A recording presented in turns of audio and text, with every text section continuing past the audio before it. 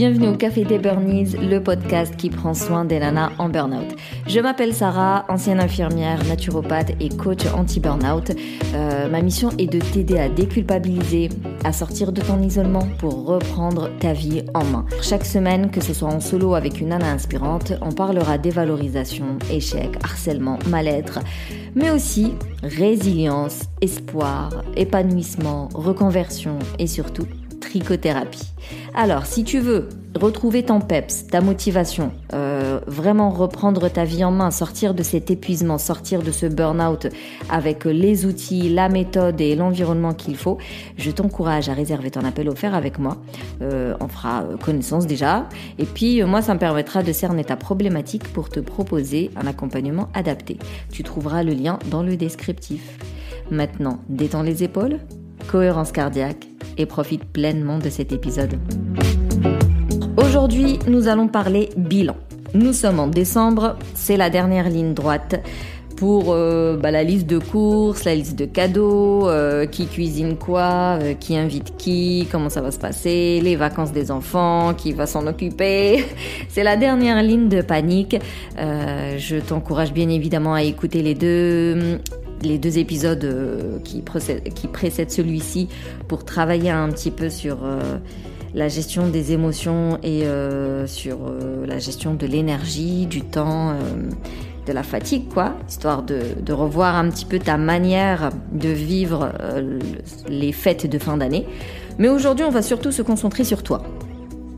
Toi, je pars du principe que si tu m'écoutes aujourd'hui, c'est que soit la fatigue t'handicape au quotidien, soit le stress t'handicape au quotidien, soit le manque de sens, quoi, le manque de plaisir, le manque d'intérêt dans ton milieu professionnel t'handicape au quotidien, encore une fois. C'est-à-dire que certainement, t'es épuisé, stressé, donc ça a forcément des conséquences physiologiques, insomnie, troubles digestifs, peut-être que tu négliges l'alimentation, peut-être que t'as pris du poids, peut-être que t'as perdu du poids, et surtout ce manque de smile, quoi. C'est cette perte d'empathie, de bienveillance où tout le monde te saoule. Donc finalement, le bilan de ton année, c'est un bilan bien particulier dans le sens où tu vas te comparer encore une fois à toi-même. C'est le seul intérêt de comparaison, c'est de se dire pendant les 12 derniers mois, qu'est-ce qui s'est passé ? Comment tu t'es senti ? Qu'est-ce que tu as mis en place ? Qu'est-ce qui a fonctionné ? Qu'est-ce qui n'a pas fonctionné ? Et donc maintenant, qu'est-ce qu'on va faire ? T'inquiète pas, on va revoir ces questions-là une à une, petit à petit. Mais je voulais surtout insister sur ce bilan de fin d'année. Même si on parle d'un bilan personnel ou un bilan professionnel, moi je parle de bilan des 12 derniers mois tout court. Je reste persuadée que c'est très difficile de sectoriser les domaines de nos vies. Forcément, elles interagissent, forcément, elles sont interdépendantes. On n'est pas des robots, quoi, où c'est casé dans des fichiers compartimentés comme ça. Donc, un bilan des 12 derniers mois est un vrai travail d'introspection. Donc, on commence par avoir un beau carnet qui donne envie, un stylo qui donne envie et surtout un créneau. C'est pas un truc que tu fais en faisant la vaisselle. Ça s'appelle juste de la cogitation. En réalité, là, tu sors pas grand-chose de ta tête, donc c'est juste de la charge mentale. Vraiment, il faut te donner un temps, un créneau pendant lequel tu es assise. Tu te fais un kiff, si tu as envie de sortir, de faire ça dans un café, dans un salon, parce qu'il est beau, parce que c'est zen, parce que ça te fait plaisir, parce que tu veux fuir la maison, qu'importe. Vraiment, fais-toi plaisir et donne-toi un vrai créneau d'introspection avec un beau carnet, un beau stylo pour faire ce fameux bilan de fin d'année et pour bien préparer du coup 2023. Dis-toi que ça va être un moment pour te recentrer sur ce qui est très important.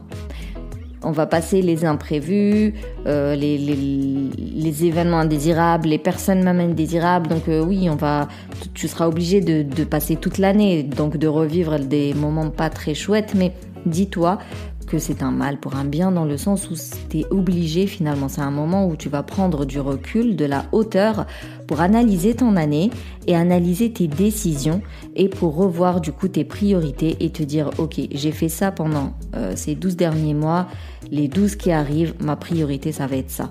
Ce qui va être important pour moi, ça va être tel truc. Et je vais me donner les moyens pour y arriver. Et finalement, quand on parle de journaling, le fait d'écrire une fois par semaine, même une fois par mois, avoir un carnet et puis noter un petit peu comment ça s'est passé, les émotions que tu as ressenties, les événements qui t'ont affecté, qui t'ont fait du bien. On en parle souvent, j'en parle moi souvent dans les routines self-care, le fait de prendre un carnet et puis de décharger son cerveau dedans. Et ben là, quand tu vas faire le bilan, pour celles qui ont un carnet de journaling comme ça, mais c'est juste idéal parce que t'as même pas besoin de tout te remémorer étant donné qu'une bonne partie est écrite. Donc, je disais, pour faire donc ce bilan, forcément, il y a beaucoup de questions à se poser, donc je vais t'en partager quelques-unes. J'espère qu'elles vont t'aider, qu'elles vont te guider un peu dans ta réflexion, dans ton travail d'introspection. Ce qui serait sympa déjà, c'est de commencer, genre il y a 12 mois, quelles étaient tes résolutions 2022 ? Qu'est-ce que tu voulais ? Il y a 12 mois, qu'est-ce que tu voulais exactement ? Après, tu vas me dire, moi, il y a 12 mois, tout allait bien. Mon épuisement, il date de 2, 3, 4 mois. On repart quand même des 12 derniers mois. On repart des objectifs et des envies et vers quoi tu voulais aller il y a 12 mois. Après, il est intéressant aussi de lister les grands passages, les grands événements de cette année-là. Qu'est-ce qui s'est passé de flagrant, de grandiose, qui t'est impacté soit positivement, soit négativement, qui t'est apporté du bien ou qui t'a épuisé davantage, mais vraiment quels sont les événements marquants, ceux à quoi tu penses là maintenant tout de suite quand je te pose la question, quels étaient les événements marquants des 12 derniers mois. Mais il est fort probable que tu me dises mon épuisement, tout simplement. Le jour où j'ai pas pu aller au boulot, le jour où j'ai craqué et j'ai pleuré devant tout le monde, le jour où j'ai pas pu me lever du lit. On n'est pas en train de juger, vraiment on reste très factuel quand on fait le bilan de sa vie pour essayer d'être le plus objectif possible. C'est pour ça qu'il est intéressant finalement d'être accompagné étant donné que tu as ce point de vue extérieur. Mais quand tu veux le faire toute seule, rappelle-toi qu'il faut rester très des faits, vraiment des faits. Même si je te demande quel événement t'a impacté, on va forcément parler d'émotions, mais essaye de ne pas te plonger dedans. Juste de dire, ouais, cet événement, il m'a vraiment bien fait chier. Hop, je le note. Vraiment éviter un maximum de retomber dans la cogitation de ruminer les événements quand tu vas t'en rappeler.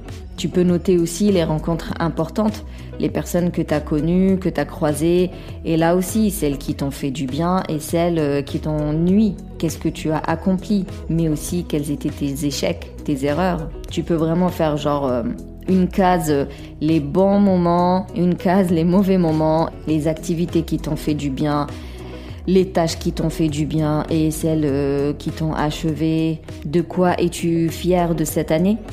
Mais aussi, qu'est-ce que tu regrettes d'avoir fait ou de ne pas avoir fait ? Qu'est-ce que tu as aimé faire pendant ces 12 derniers mois et qu'est-ce que tu n'as pas aimé faire pendant ces 12 derniers mois ? Et quand tu seras focus sur les objectifs donc, que tu t'es donnés il y a 12 mois, qu'est-ce que tu as mis en place pour les atteindre ? Et vraiment là, tu listes.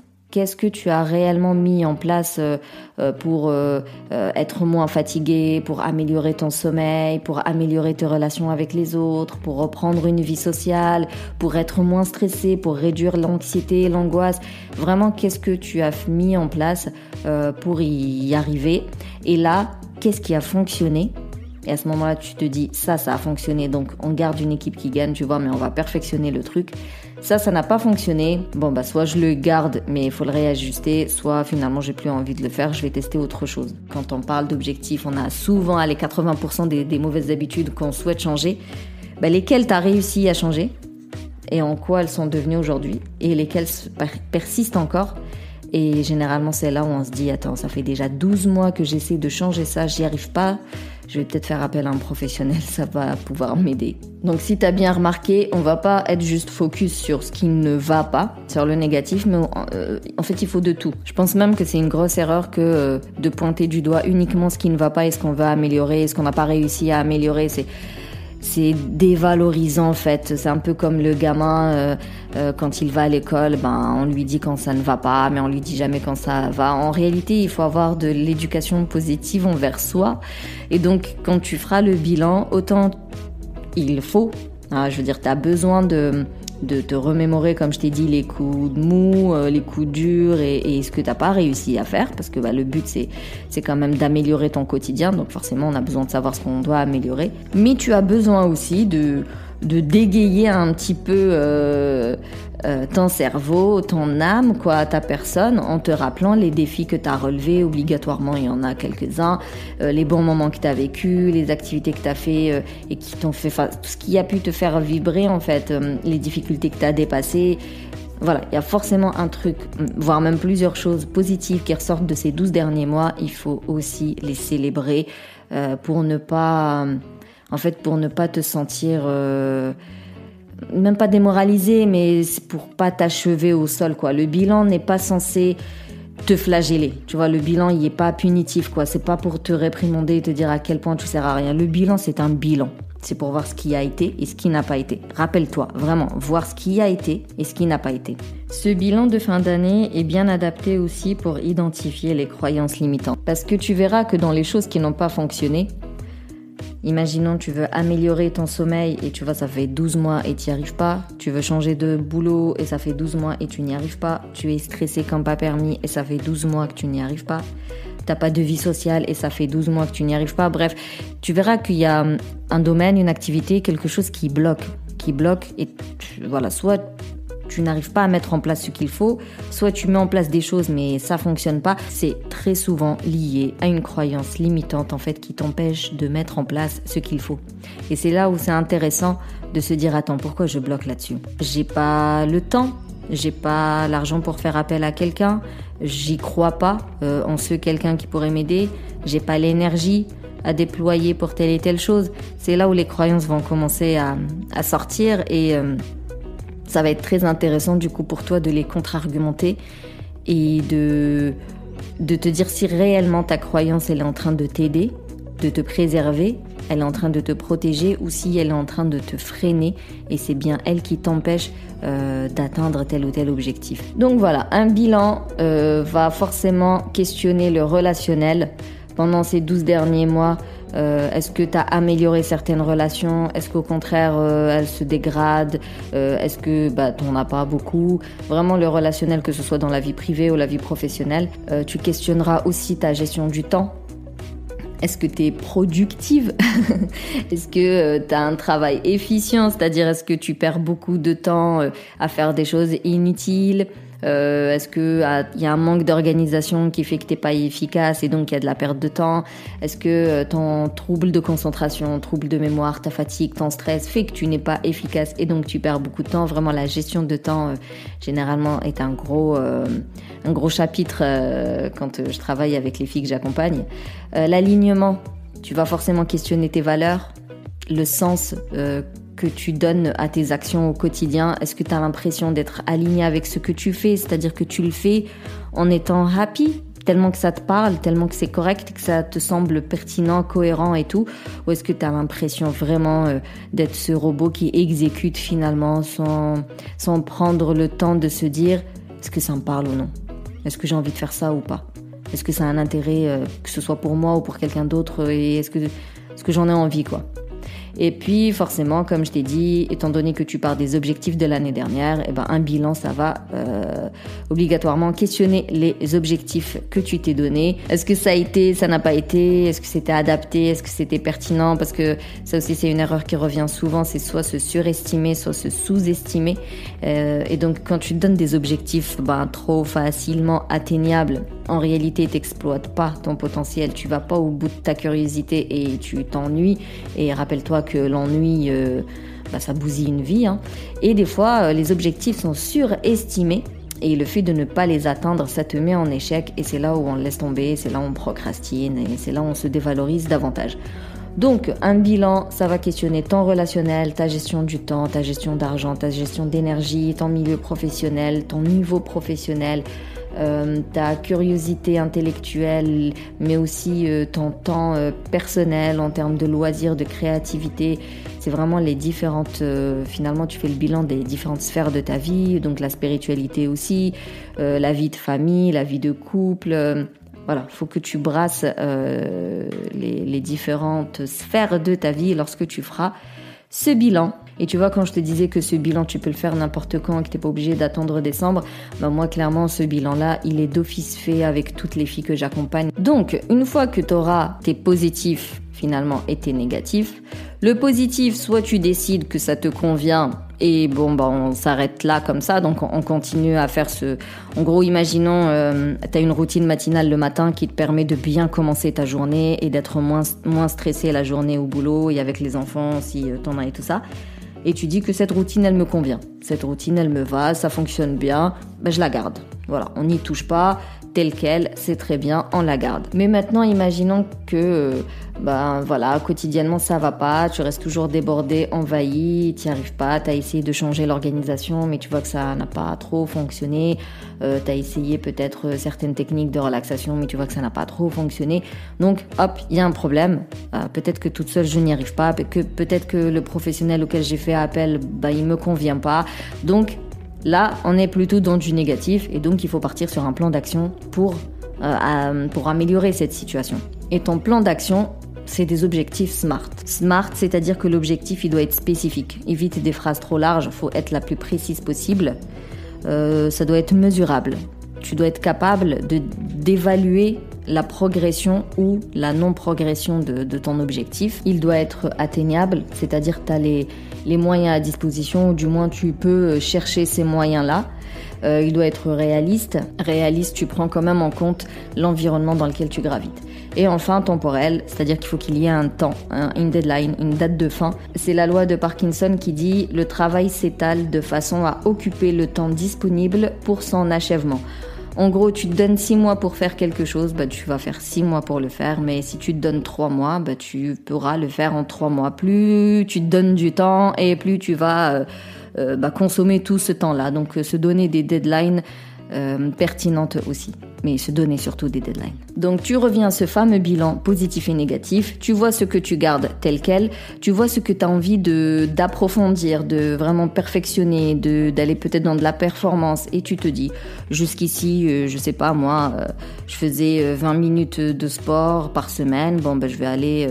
Je vais me débrouiller pour trouver une autre soirée où je pourrais faire 20 autres minutes. Comme ça, j'aurai 2 soirées de sport par semaine. Un exemple.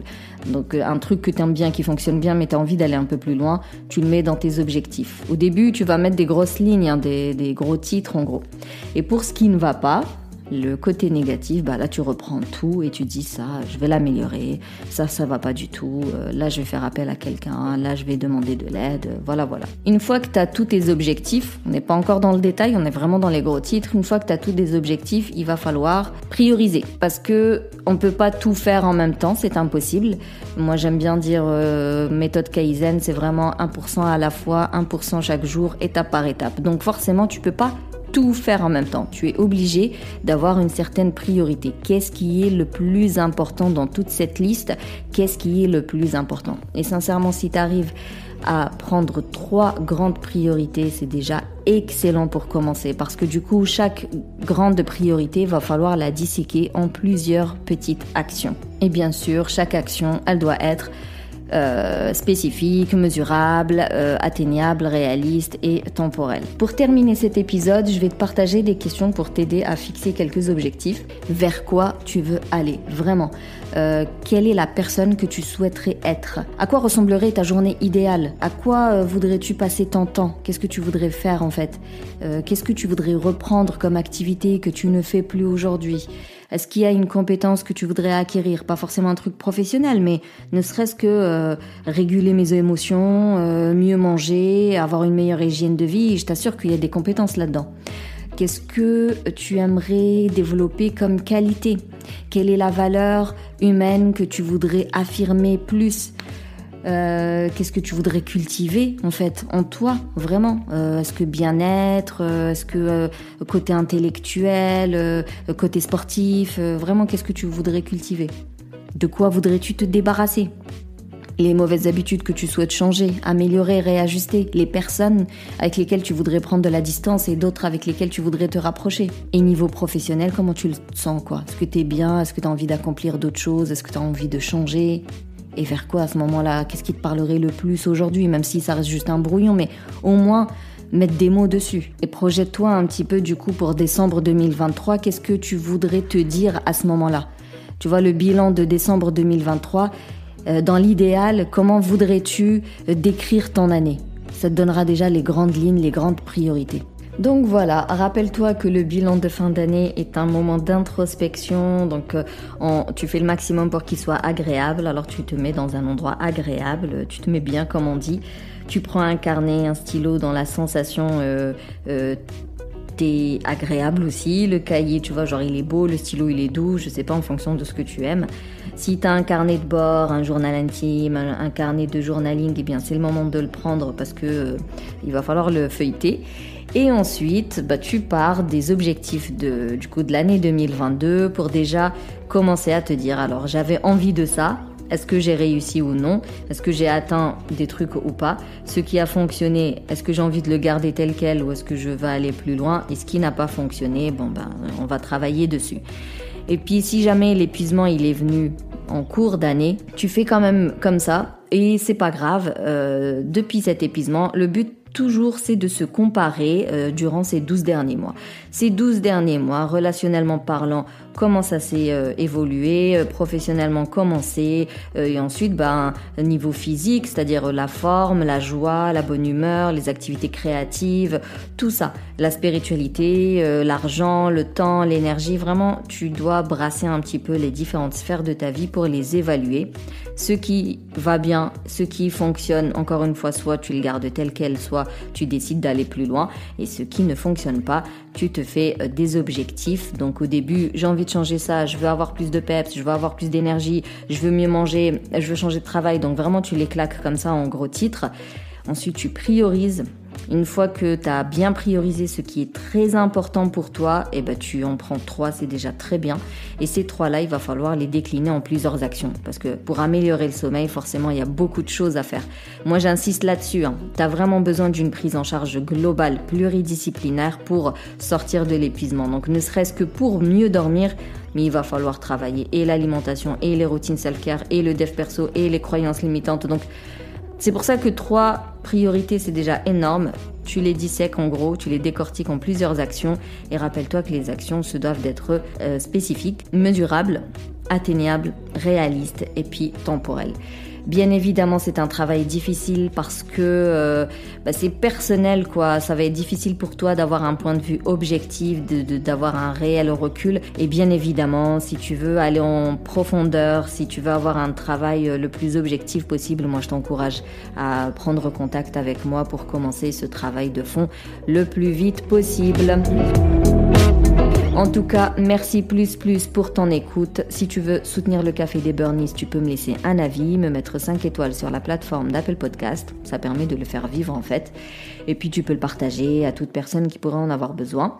Si tu veux échanger, je te donne rendez-vous sur Instagram en message privé, ou alors vaut mieux peut-être rejoindre le canal Telegram privé, comme ça tu n'as pas à passer par un réseau social. Sinon, je te dis, booste ton feeling good et à la semaine prochaine pour un nouvel épisode.